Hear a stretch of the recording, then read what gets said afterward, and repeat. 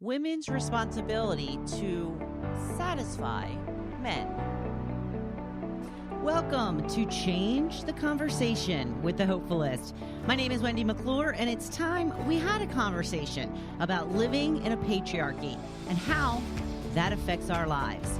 Together, we can make a difference and change the conversation. Welcome back. I appreciate you being here and for taking part in changing the conversation. Today, I'm going to talk about the responsibility that women have to satisfy men. In this culture, there seems to be this given that women are responsible to be intimate with men when they desire it.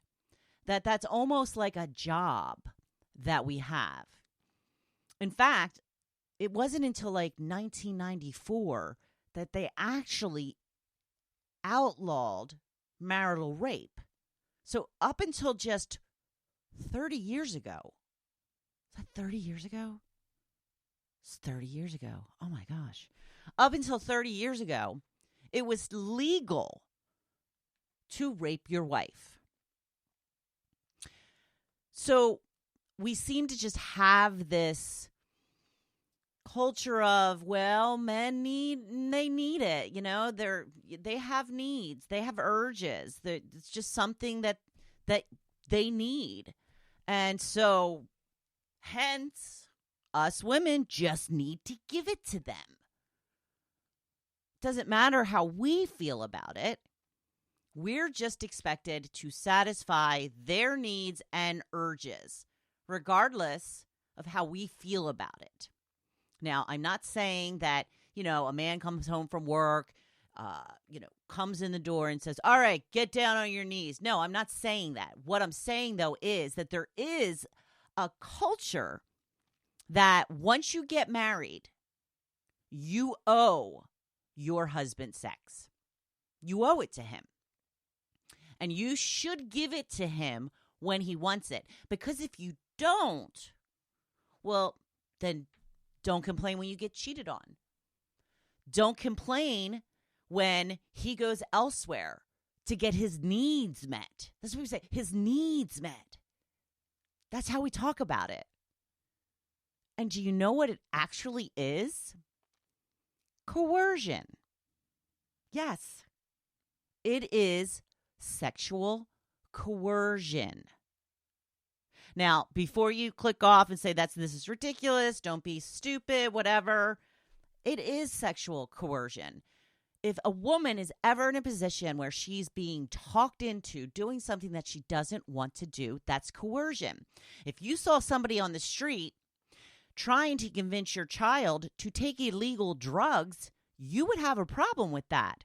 And you would tell them, yo, don't tell my daughter to take illegal drugs. What is wrong with you? You would step in. Why is this different? We're in a place right now where women are being constantly berated for merely having sex. Well, if you get pregnant, that's the consequence of your action. When, the men have a much more higher accountability in impregnating someone than women getting pregnant. But that's a topic for another time. But we're all about making sure that women are accountable for their actions, but yet men are allowed to make their needs, so-called needs, a priority for everyone in his life. Okay, maybe just his wife. But he's also going to complain about it. The wife had a headache last night again, this kind of thing. It's one of these things that, how different do you think your relationship would look or would have looked if there wasn't so much emphasis on men's right and entitlement to have intimacy when they want it? If you didn't go into your marriage thinking, okay, when am I going to be able to have sex with them? When, do I have to stop? How often are we going to have sex? How often is this going to be happening? When can we make time for it? When am I going to be in the best position for it? When I'm going to be ready for it the most, in the mood the most? You know, I remember the first couple of years of my marriage. I spent almost every weekend anxiety filled because I knew there was an expectation that we were going to have sex. That was not something that he relayed to me. It's something that society relayed to me. That you are there for your husband when he needs you. That healthy marriages have sex 3 times a week. I still have yet to find a person who has had sex 3 times a week on a regular basis throughout their relationship. I don't know anybody who does. So if you do, please let me know. I would love to hear from you. Are there times when you're having a lot of sex? Oh, I'm sure there are. But on a regular basis, for long periods of time, no. So this sets you up. This sets women up to have this feeling of obligation from the get-go. Healthy marriages have sex 3 times a week. Okay, I have to have sex 3 times a week. And I wasn't having sex during the week. That was something we both kind of agreed to. And I think that my husband had this expectation of sex as well because, again, that's the culture. That's what we were brought up to believe. And since we weren't having sex during the week, every weekend I'm like, okay, he's going to have sex. He's going to want to have sex. He's going to want to have sex. And it wasn't necessarily that I didn't even want to have sex with him. It was the feeling that I felt like I had to. How am I going to, build myself up to do this in a way that's not feeling like I have to do something that I don't necessarily want to do? You're telling me I need to do something every weekend, whether I want to do it or not. A friend of mine was telling me the other day she saw Dr. Ruth, the sex therapist, talking. And I don't know how long ago it was. It wasn't, a particularly long time ago. But even she said, just do it. Just do it, and then you have yourself a nice glass of wine afterwards. So we've been telling women to just do it for decades, for centuries. And I want to know why the priority is on men's wants and desires, and no priority is on how the woman feels about it. Well, just get it over with.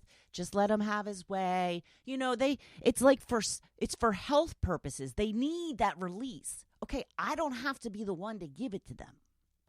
They can do that themselves. It's the same kind of release. It's exactly the same.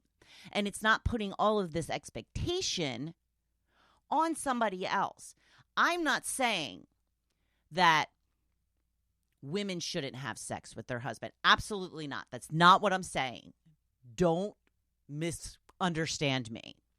What I'm saying is the expectation of it makes it so much more problematic. And wouldn't it be great if you could just, get in the mood organically?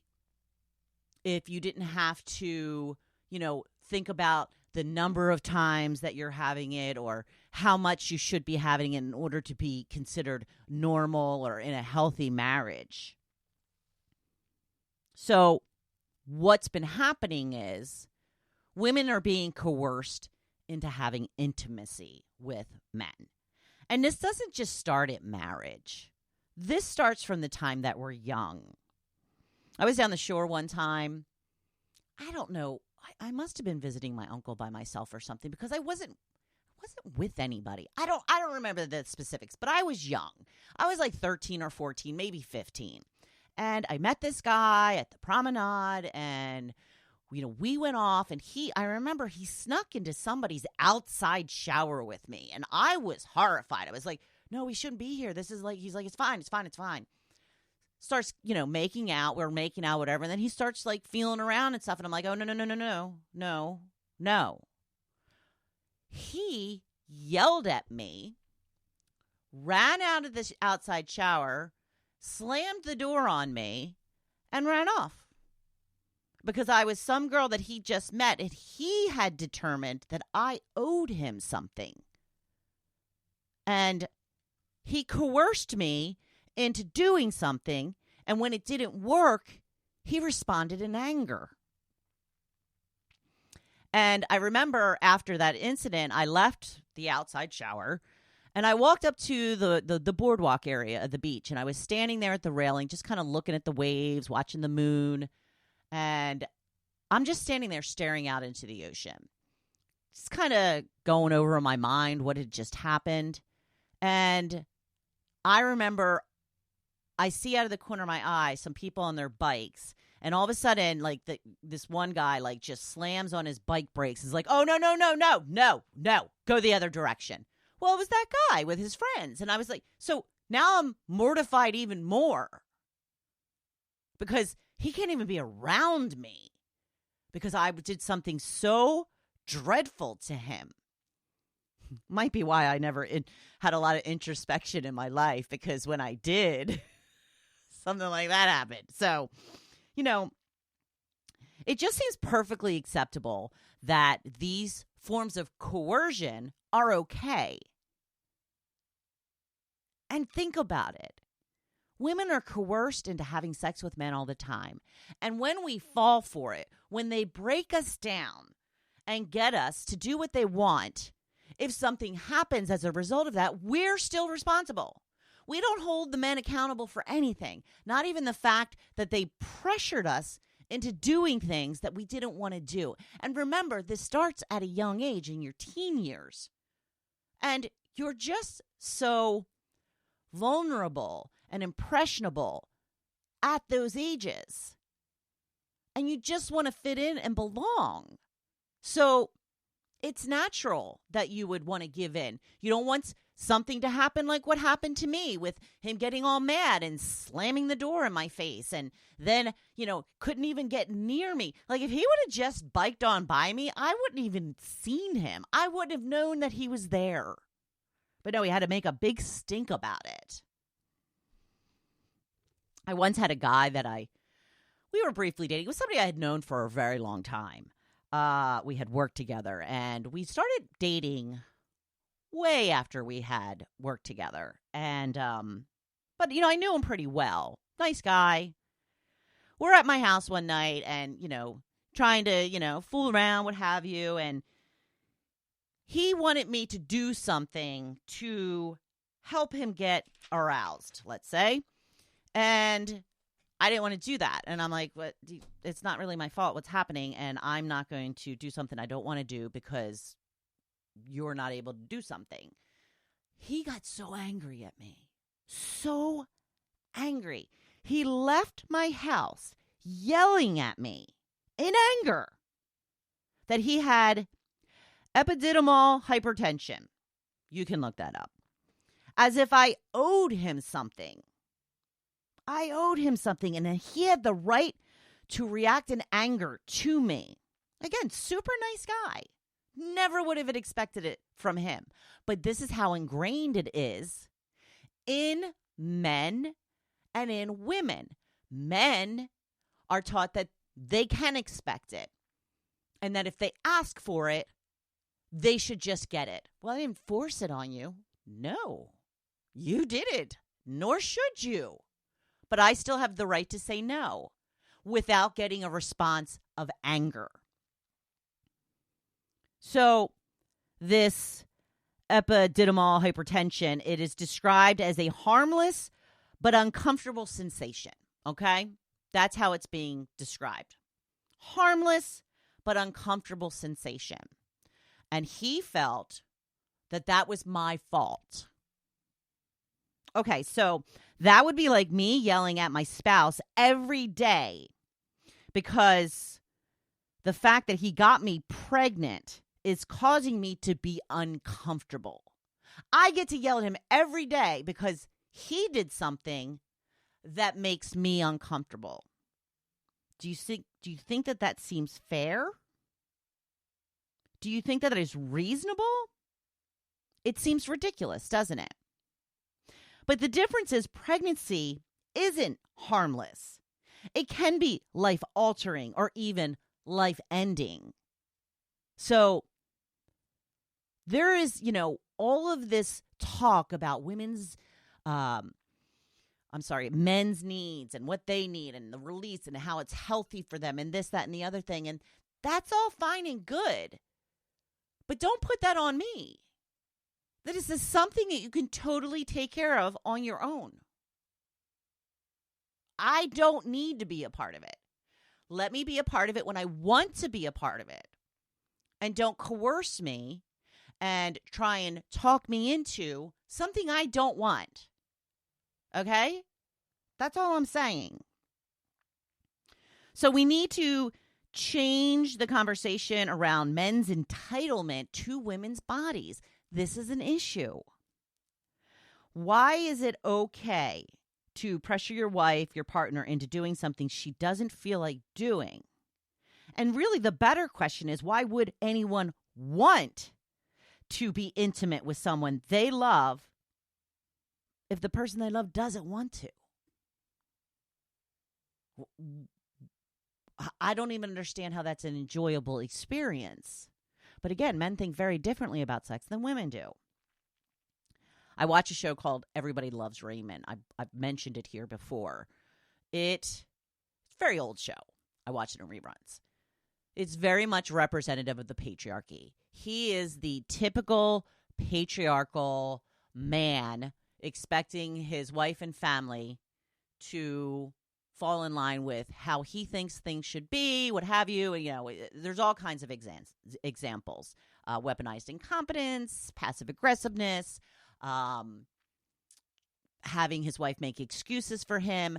But one theme that is prevalent in the show is, it might not be every episode, but it seems it. He's so often asking for intimacy from his wife. Always, trying to feel on her arm or whatever. And she's like, no, not tonight. No. In this situation, it's not really a problem because she's not in fear of him. She has no problem saying no to him. But he doesn't stop at no. He keeps trying and trying again and trying again. And I don't know why it's acceptable for that behavior in a relationship. Why do women need to say no over and over and over again to finally be able to just go to sleep? And it's just okay. It's just accepted. It's normalized. And God forbid you're in a relationship where you can't just be like, yeah, not tonight. Some people aren't in a relationship where they're in a position to do that. And that can be a very scary thing. They're too afraid to say no. So, there's this whole thing about how, men have needs and it's good for them and that they have urges. This is all designed to make women give in to men whenever they want. And I'll tell you why. Because to talk about sexual urges, they act like men can't control them. Okay, I guarantee you that they can. Because some of the most basic urges of humanity, both men and women have, which is going to the bathroom, number one and number two. And yet that's an urge that is so overwhelming at times. 99% of the time we manage to hold off to get to the proper place to do that. So are we saying that men's urges for intimacy are so overwhelming that they can't think, they can't concentrate, they can't do anything until this need is satisfied? BS. I call BS. And again, take care of it yourself. Don't make it my problem. Don't make your priority my priority. It's kind of astonishing that this is still so prevalent in today's society. So, when it comes to this harmless but uncomfortable sensation, and the fact that it's very good for men to have this release, we're always worried about men and their comfort level, Goes back to the epididymal hypertension. He was so angry at that, he felt entitled to yell at me in my house and storm out. And I felt bad about that at first. It's certainly something I will never forget. And what I wonder is, why is nobody that concerned about women's comfort level? Why are they not concerned about women's health and what they need? Why are they not concerned that the women feel lack of control in their own lives and what that can do to mental health? They do not worry about women. Still to this day, I hear constantly how women are expected to go through gynecological exams. I know I'm saying that wrong. I'm sorry. And getting IUDs inserted when, you hear it all the time. It's just going to be a pinch. We get this cold metal thing stuck inside of us while we're getting our exams or whatever. And then I hear something like a male has to get an ultrasound on his private area, and they gave him a stimulant, or excuse me, not a stimulant. It's, I cannot think of the word. They give him Xanax. They give him something to calm him down, to give him a something to release his anxiety. But women have to just wait. It's just a pinch. It's just a pinch. And it's horrific. I've heard women say that getting an IUD inserted was some of the worst pain they've ever had in their lives, and they still won't sedate them. That's the word I was looking for. Ugh, this brain, bung, bung, bung. Why can't women get some sort of sedation? We're not asking to be knocked out. We're just asking for something that's going to make us a little more comfortable. But no, they're not worried about women's comfort. Women can just grin and bear it. They can take the pain. But men, they can't take it. The stronger sex, according to them, can't take the pain or just the mild discomfort.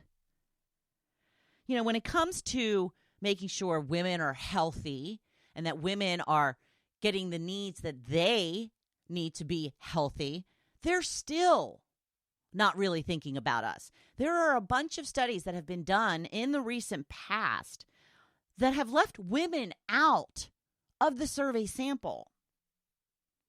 Studies on aging, studies on the effect of diet and exercise on heart disease. Do you know that heart disease is the number one killer of women?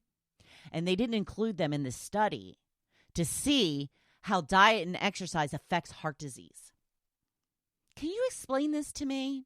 Can you explain this to me without, telling me that they don't care about women? Still, I don't want it to be true. It just is. So what we need to do as women is we need to decenter men from our lives. We have to stop thinking and acting as if their priorities are our priorities, because that is not getting us anywhere. It's just getting us more piled on top of everything else that we have to do. I often talk about, how women are overwhelmed, how they have so much to do. They're working outside the home. They're working inside the home. They have the kids. They have to take them to school. They have to pick them up from doctor's appointments. They have to get them to practice. They have to get them to the games. They have to plan the vacations. I talk about all of this. And never once before have I mentioned, and they have to think about that 3 times a week sex schedule that, according to the American culture, is what is appropriate in order for your marriage to be healthy. I just want you to put a little thought into it. So we need to start focusing on ourselves. We need to focus on what is best for us females, to do what's going to be healthiest for us, what's going to make us less stressed, less overwhelmed, and what it's going to take for us to feel more joy and happiness in our lives. We have to focus on ourselves instead of trying to do everything to look pleasing to men. That's all we mean is when we talk about decentering men. We're not saying we get rid of men. We're not saying that we hate men. We're not saying any of that. I'm saying that I centered men most of my life. And it started with my mom telling me, well, when you grow up and get married, And, my peers that when, I was in school and I thought somebody was cute, that, wear your hair a little bit differently. Want your hair down tomorrow? Put a little bit of makeup on or whatever. You want to look a way that he'll like. So I started dressing and making myself up to be attractive to males. That's what we're talking about here. We're talking about, living our lives in a way to satisfy the male gaze, not just about looks, but in the way that you act. You want to be sweet and nice and polite and respectful. We do all of this to look good in men's eyes, to attract a man, to get a man, to keep a man. This is what we've learned in this culture. And nowhere in that is anything about what women should be doing for themselves. It's all about the men. And that is what we need to change. And that is why I offer empowerment coaching. And in my empowerment coaching, the first level is on how to decenter men. Recognizing patriarchy and how to decenter men.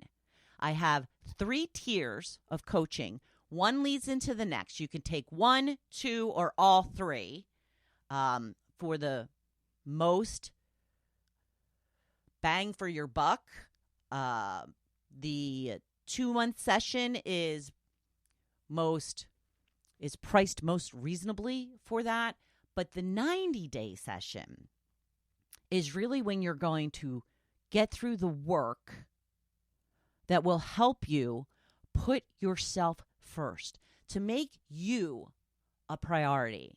And again, it doesn't mean that you don't pay attention to your man. It doesn't mean that you leave your husband. It doesn't mean any of those things. It just means that you prioritize yourself, just like men have been encouraged to do for decades and centuries. That's all it means. And once you do that, once you focus on yourself and what you need and what's most healthy for you, life will change. It will be different. You will feel different. You will wake up feeling different. You will go about your day in a much more intentional way. And you will look forward to what you have coming up because it's stuff that's important to you. It's stuff that you want to do. Do we still have to compromise? Absolutely. But at the same time, we need to be our own priority. Because think about it. We are no one's priority. The kids are the priority. Our husband is our priority. Most of the time, the kids are the men's priority. Sometimes they put the wife above that. But again, more than 50% of marriages end in divorce. So that could be the case, may not be the case, may not always be the case. So I urge you to look at the coaching options available. We can get started right away. And I really want this for women in this country. I want women to know that they are allowed to look out for their own best interests and know that does not make you selfish. That makes you looking out for you, which is what everybody else gets to do. Men get to do it. Kids get to do it. But women have to be selfless. They have to be selfless and take care of everyone else. And that time is over. Women are not going to continue to be unhappy for the majority of their lives.